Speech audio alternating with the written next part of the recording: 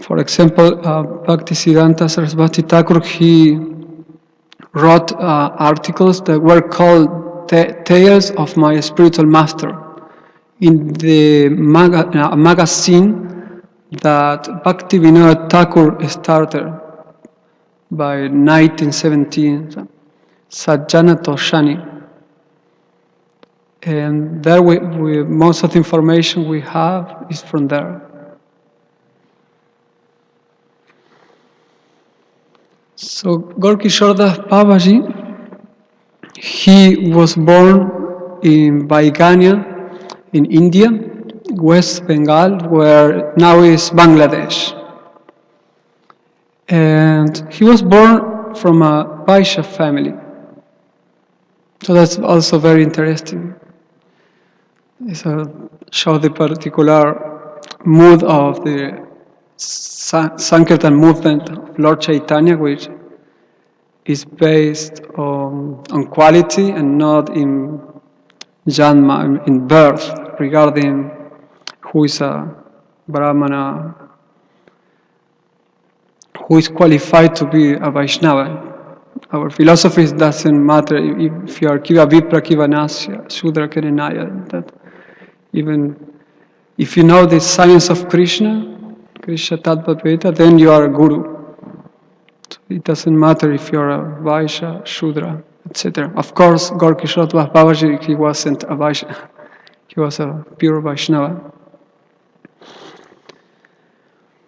His life, we can divide his life in the first, more like 20-25 years. He is spending household life. Then he moved to Vrindavan after the death of his wife. And the last years, when he was 60 years old, he went to Navadvip and spent his last days in Navadvip, Mayapur. So from the beginning, he was known first under the name of Vansidas. And he got married, and he was working as a broken grain. I don't know exactly what the function is. Yeah, broken grains. Do you know exactly? Okay. When his wife died, he decided to take the life of a renunciant, and he met Bhagavat Das Babaji, who was a foremost disciple of Jagannath Das Babaji. We know Jagannath Das Babaji, he's a Shiksha Guru of Srila Bhaktivinoda Thakur. So later on, he was instructed to go to Vrindavan, and he spent like 30 years in Vrindavan, learning from different great devotees. And after that, he was instructed, according to some sources I look, he was instructed by Jagannath Babaji. There are different opinions. He was instructed to go to Navadvip Dham. During his times in Vrindavan, he visited Navadvip many times, and he did many pilgrimages. And he was such a great Vaishnava and Babaji that he got the name of Bhajan Anandi, because of his great renunciation and focus on bhajan, on the holy name. He's very particular because he was not a Gosti Anandi, but a Bhaja Anandi. Gosti Anandi is a preacher or a great acharya who preached on the platform of a Madhyama Adhikari, which means that he makes distinctions. It's very important for preaching, so he can distinguish between devotees, the Lord, envious people, and innocent. So Bhaktisiddhanta Saraswati Thakur explained that Gaurkisora Babaji, he was very friendly with some people who used to come to him. There are different aspects of his character. One was that he was like equal to everyone, even like some people who may come to approach to him in order to get some benefits, material benefits, but he won't say anything sometimes. He will be also with great Vaishnavas. So he was in a Madhyama, in a Uttama Adhikari platform. He was a Mahabhagavat. They don't feel themselves the need that they should go and preach because they think Babaji and Anandis think that he's very low and he sees everyone as devotees sometimes, depends on the situation.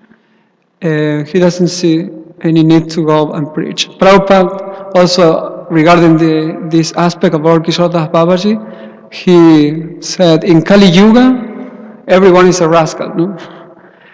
There are very bad qualities. Manda sumanda matayo. No? People are lazy for a spiritual life. And Prabhupada was explaining that it's very difficult to preach in Kali-yuga. Very difficult. When Bhaktisiddhanta Saraswati Thakur, he experienced many difficulties in organizing an institution for organized preaching. Prabhupada also, he has to struggle a lot, even with his disciples, to form ISKCON, to take the society to open temples. So he was saying it's very difficult to preach, but therefore he said, Gaurkisora Babaji used to say, let them go to hell, everyone. Because in Kali-yuga is very difficult. Of course, it wasn't a lack of compassion, because even he was dedicated to the bhajan, and he wasn't impelled to go out and preach. He made only one disciple. He gave initiation to Srila Bhaktisiddhanta Saraswati Thakur, who was the most powerful preacher we can conceive. And so just by his power of his bhajan, he inspired Srila Bhaktisiddhanta Saraswati Thakur, who later inspired Srila Prabhupada. So therefore, although he wasn't a bhajanandi, he also preaching through his disciples, like Bhaktisiddhanta Saraswati Thakur and Srila Prabhupada. So now we are celebrating his disappearance day. So that's the pure chanting. I will read something from Prabhupada when he was giving a lecture in India about, I think it was Ajamil pastimes, but at one point he was talking about Avaduta and Yamuna Devi Dasi. We know she's a great disciple of Srila Prabhupada. Every day we hear her song, Govinda. And Prabhupada answered the Yamuna Devi Dasi about Avaduta. Okay. I want to show what he's explaining. So he first said, okay, he's a Paramahansa, Navaduta is a Paramahansa. And then he related it with Gaurkisora Babaji. So he said, Paramahansa, they do not come in the society because people may imitate and they fall down. Therefore, they are aloof, just like Gaurkisora Babaji Maharaj, he was aloof, Bhaja and Anandi. So here Prabhupada explained the reason of Bhajan Anandi, a pure Bhajan Anandi, is aloof because he's not taking the role of of giving the example in his behavior, and he doesn't want others to imitate him, so he tries to remain aloof. And that was a characteristic of Gaurakisora's Babaji, to remain aloof. Even he used to chant his bhajans, the holy names, in lavatories, in like, I don't know the word, but I would say bathrooms, where there was obnoxious smell, so people will be discouraged to approach him in those places. It's very interesting because there have been many instances in our own movement, and Prabhupada warns everyone in his books about taking this role of chanting in a secluded place, because also Bhaktisiddhanta Saraswati Thakur in Vaishnava K, a book he wrote, the Prabhupada and Bhaktisiddhanta Saraswati Thakur warn us to imitate that level and go and just chant, for example, in Vrindavan or Mayapur, in a secluded place. Why? So history has shown that, and they confirm that, if you take that position without the proper qualification, you end up cheating, mityachara, a person who pretends to show others that he's in a very advanced position, but actually he's very low. I remember one Prabhupada disciple was explaining that in a lecture, I think Radhanath Swami Maharaj, he was saying that in Vrindavan there was one devotee who wanted to take the life of a Babaji in Vrindavan. So he explained to the devotees, and the devotees told him that Prabhupada is discouraging that practices for us. He said that Westerners are not able to take those practices. So better you stay here and do seva, etc. But this devotee was very insistent. No, I will go. Actually, Prabhupada is saying that for those who are, like, in general, for people. But I have been chanting for a while, and I feel myself very, very potent to do that. So he went to India.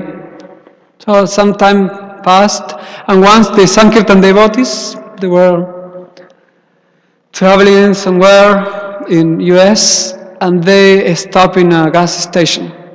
After like 1 year, maybe 1 year and a half, and there was one person came to pump the gas, and they saw each other, and they said, he looks at the same devotee. Yeah, Prabhu, you aren't supposed to be in India. He said, oh well, I was in India. I got tired of chanting.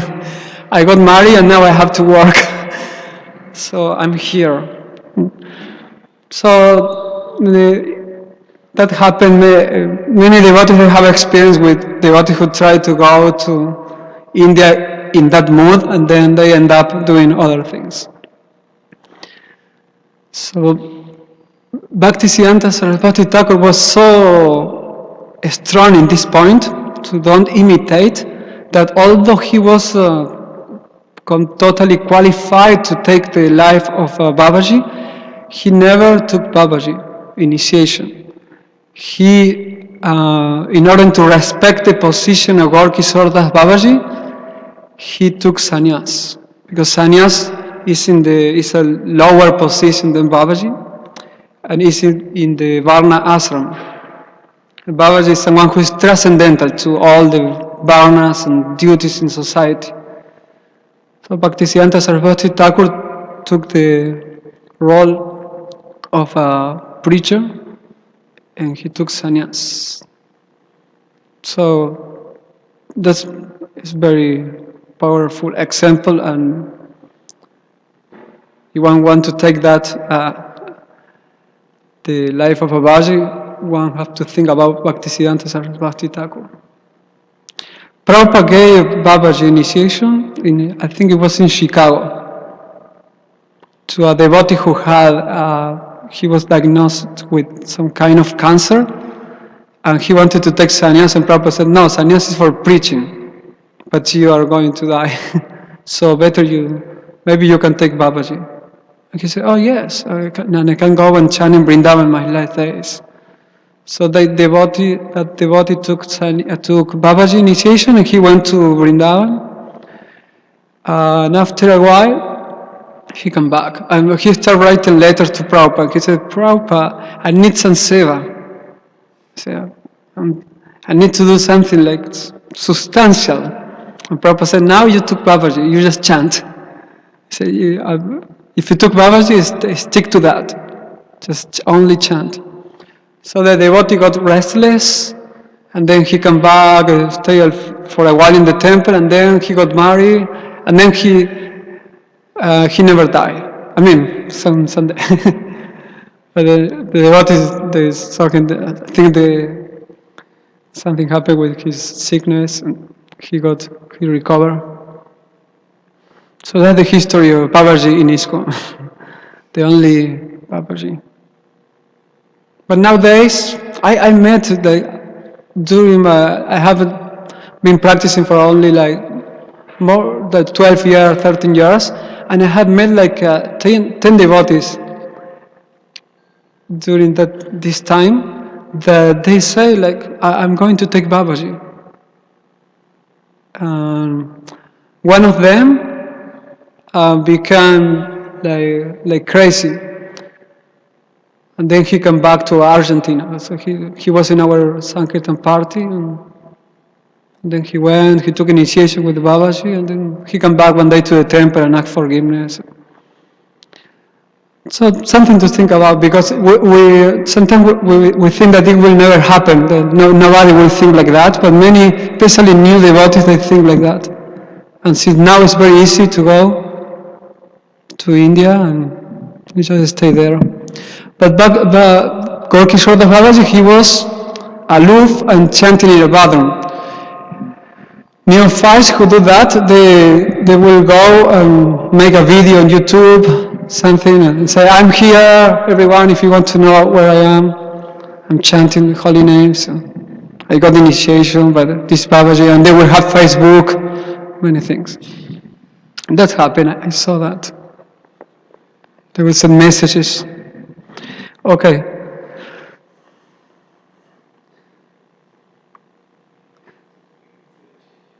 So another aspect that Srila Prabhupada emphasized on Gaurakisora Babaji was his akinchana gocharam aspect, which means that he was totally dependent of the Lord and he didn't have anything material, just the shelter of Krishna.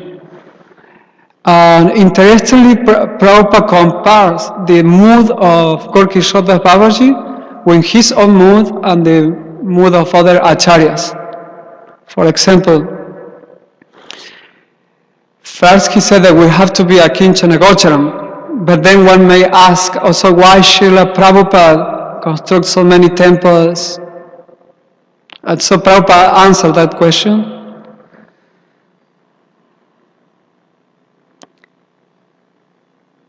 He said, we should always remember that we possess this nice house not for our comfort, but people will come because they are not accustomed.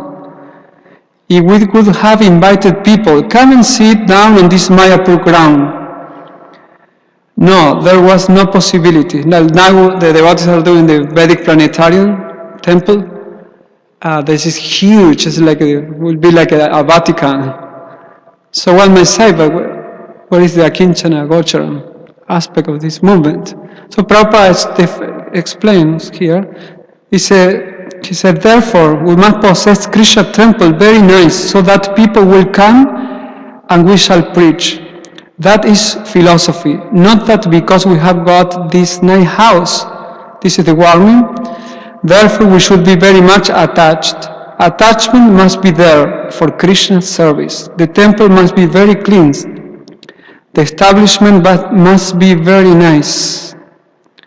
What for? For attracting devotees. This is the purpose, not for our personal benefit. That is the way. My Guru Maharaj introduced this big palaces temple. That is a contribution of Bhaktisiddhanta Saraswati Thakur. Because the method because the Goswamis, they worship Krishna in a different way, going to Vrindavan, living underneath the tree, and one night underneath one tree, next night, next tree. This vairagya is not possible for the Western people. Therefore, we require this building. That is a contribution, unless they live comfortably, if it is not possible, and we have to preach all over the world. So he's giving the example of, for one side, the Goswamis, that they live under a tree, like Gaura Babaji did the same in Vrindavana and also in Navadvip, although later on in Navadvip he got a small cabin, something like a hut, in the courtyard of Srila Bhaktivinoda Thakur. But he was still very renounced. And Prabhupada is comparing, like the Goswamis himself, that doing many temples, but the spirit is that it's for Krishna. So actually Prabhupada didn't have anything. He even will spend in the temple no more than 3 days, although he had many temples. And Mayapur, he wanted to be like very opulent, just for attracting people and preach.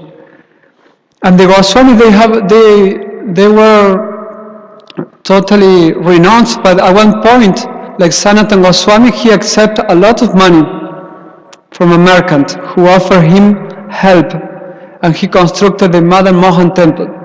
So the thinking of Sanatana Goswami was, okay, now for the sake of Madan Mohan, that is hanging under a tree, because he was worshipping Madan Mohan under a tree, and Madan Mohan was hanging from the tree. So he, out of love, decided to make a huge temple for Madan Mohan because the opportunity came.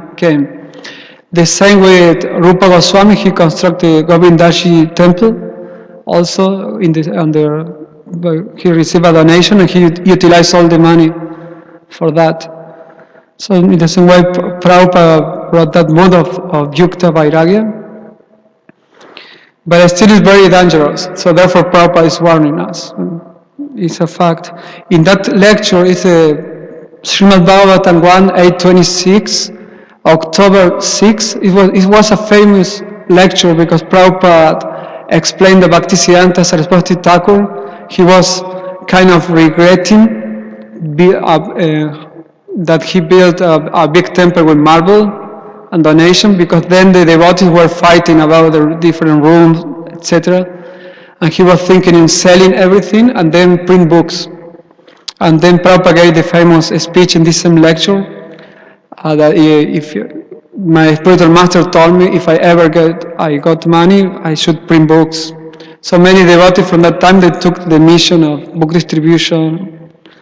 In that same lecture, Prabhupada talked about Gaurakisora Babaji, how he was comparing that he was also a preacher in another way.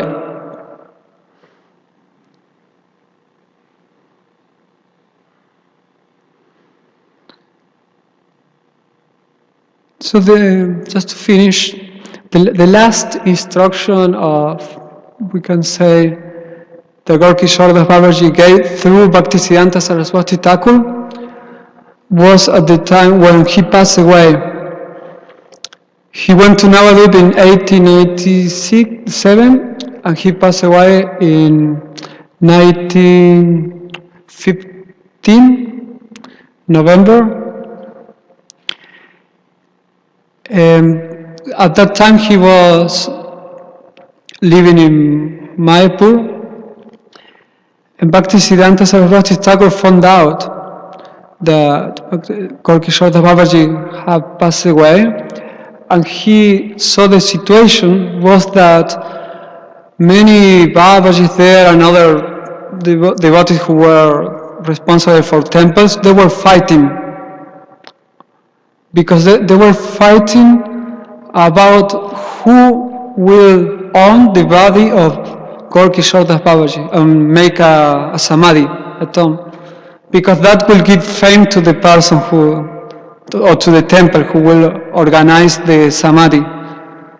So they were ready to touch the body and take it, and there was some dispute there. And Bhaktisiddhanta Saraswati Thakur, he found out and he went immediately there. And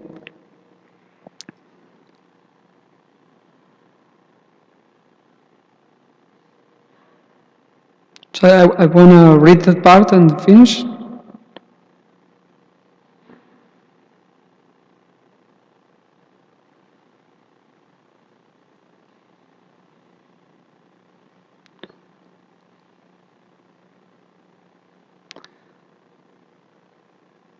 So this is taken from words of Bhaktisiddhanta Saraswati Thakur and then put in a book called Babaji Maharaj.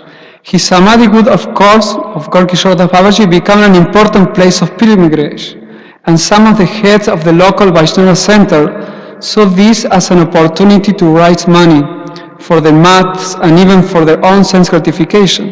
Srila Bhaktisiddhanta Saraswati ran to the site, but when he arrived, some of the local Babajis objected. He's not a sannyasi, because at that time he was a brahmachari, Bhaktisiddhanta Saraswati Thakur. How can he give samadhi to such an exalted and renounced personality? But Srila Bhaktisiddhanta Saraswati responded forcefully, I am the only disciple of Babaji Maharaj, and although I have not accepted sannyas, I am a celibate brahmachari, not secretly addicted to abominable habits or involved with illicit activities. Who among you can say that in the last year you have had no sex or illicit contact with a woman? This is very... When I read this, I was a little bit discouraged, because I didn't know. I thought someone will fit the standard. But Bhaktisiddhanta said, please, step forward. Everyone was silent. Then he challenged, who has refrained for the last 6 months from having a relationship with a woman? And they were all like renunciants there, sannyasis, babajis. Everyone was silent. Next, for the last 3 months, silence. So again, for the last 1 month, nobody. Again, silence. And then he said, the last 3 days, nobody stand up. Very discouraging. So he was so powerful that nobody, he said, if you stand up and you are not up to the standard, I will curse you. So everyone knew he was a powerful personality, so they couldn't fake it. So nobody stand up. So another incident during that time was that then one person said, I remember that Babaji Maharaj said that when he died, we should take his body all over Navadvip and drag the body, because he wanted to take all the dust from the lotus feet of the Vaishnavas, something like that. Bhaktisiddhanta Saraswati Thakur became furious. Because he said, you're a rascal. What are you trying to do with the body of my spiritual master? So you don't understand the mood. And then he refers to Lord Chaitanya, how he properly honored Haridas Thakur when he passed away, that Lord Chaitanya was holding Haridas Thakur and he was dancing and he make all the rituals but he will never take the body of Haridas Thakur. So out of humbleness, he explained, Gaurakisora, the Babaji spoke like that, but it doesn't mean that we have to do that. So he took care, he took the body of Gaurakisora, the Babaji, and make a place in a samadhi that he made in front of the Ganges and in front of the side of Mayapur, from the other side. And later on, the samadhi was moved to to Mayapur by Bhaktisiddhanta Saraswati Thakur in the Gaudiya Math Center there, because the Ganges start entering into the flowing in the place where the Samadhi was. So then he moved and he made a replica of Vrindavan in that place to honor Gaura-Kisora Babaji. So there are many things about Gaura-Kisora Babaji Maharaj that you can. There are more books now. I think in Bhaktisiddhanta by Baba there must be a lot of information. So you can take this day for reading about him. But one thing that struck to me is the level of renunciation and the contrast with how Bhaktisiddhanta Saraswati Thakur took another direction in the preaching, and how he respected that saintly attitude of Gaura-Kisora Babaji. But he took a completely opposite direction in the sense that he is the first in starting institutions in the Vaishnava tradition. So in the future, one may now it's happening now that many devotees want to have more the mood of non-institutions and more like maybe imitating the mood of Babaji's like that, but Bhaktisiddhanta Saraswati Thakur gave this strong example that for out of respect he didn't took Babaji and he organized the preaching just to prevent many things that will happen without by taking Krishna consciousness in a cheap way and imitating great personalities who are beyond the mood of nature. So he gave us a structure that Srila Prabhupada followed, a structure for neophytes, like that it is good, it's very good. And even if we become great Mahatmas, like we are seeing our examples of Prabhupada disciples, they still follow in that direction. And Prabhupada also did like that.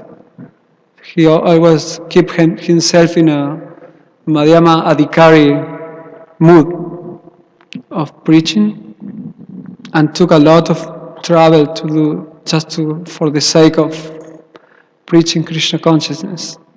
But they always honor Gaura-Kisora Babaji, not imitating but respecting him by doing this great movement. If someone like Gaura-Kisora Babaji will come here, we won't allow him to come. It's very difficult to recognize. He used to walk naked sometimes, dressed with a coping, so his behavior was beyond our understanding and beyond our imitation. So basically, the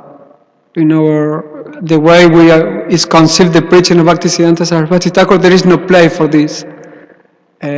Babaji, because even if one tries, it will be very difficult for the devotee. How you can give someone to invite and give a class if he doesn't behave. So if this is an instruction that we should somehow or other preach, and Gaura-Kisora Babaji, he had another instruction. The instruction of Chaitanya Mahaprabhu is to Yaredeka Tareka Ho Krishna Upades. But he had a instruction for Lord Chaitanya coming from the Acharyas to live as a Babaji. But all of us, we are following the instruction of Srila Prabhupada. So therefore there is no place for those practices, at least within the institution.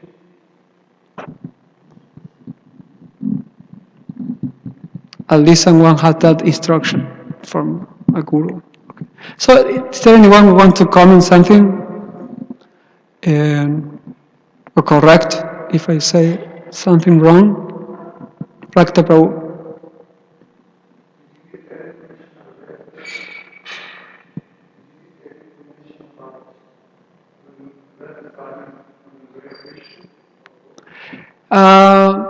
Yes, it's there also. Yes. That is taken from the Sajjana Toshani, I think. That is placed in that book. Yeah. Okay. So, Srila Gaura Babaji ki, Srila Prabhupada ki.